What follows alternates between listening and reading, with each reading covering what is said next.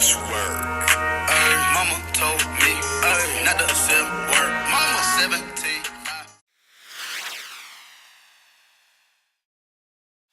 So, you make regular basic ass grits. However you like to season them, that's on you.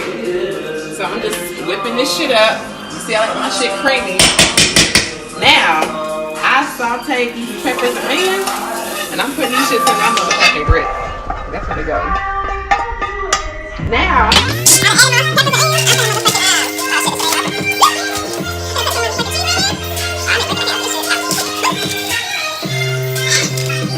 cheese. This shit expensive, so if you got food stamps, you probably ain't fucking with it. I'm just telling you right now.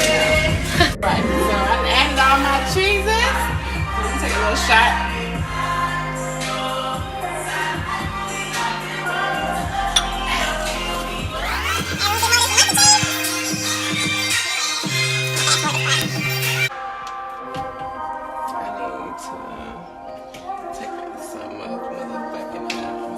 Oh, this shit ain't even motherfucking open.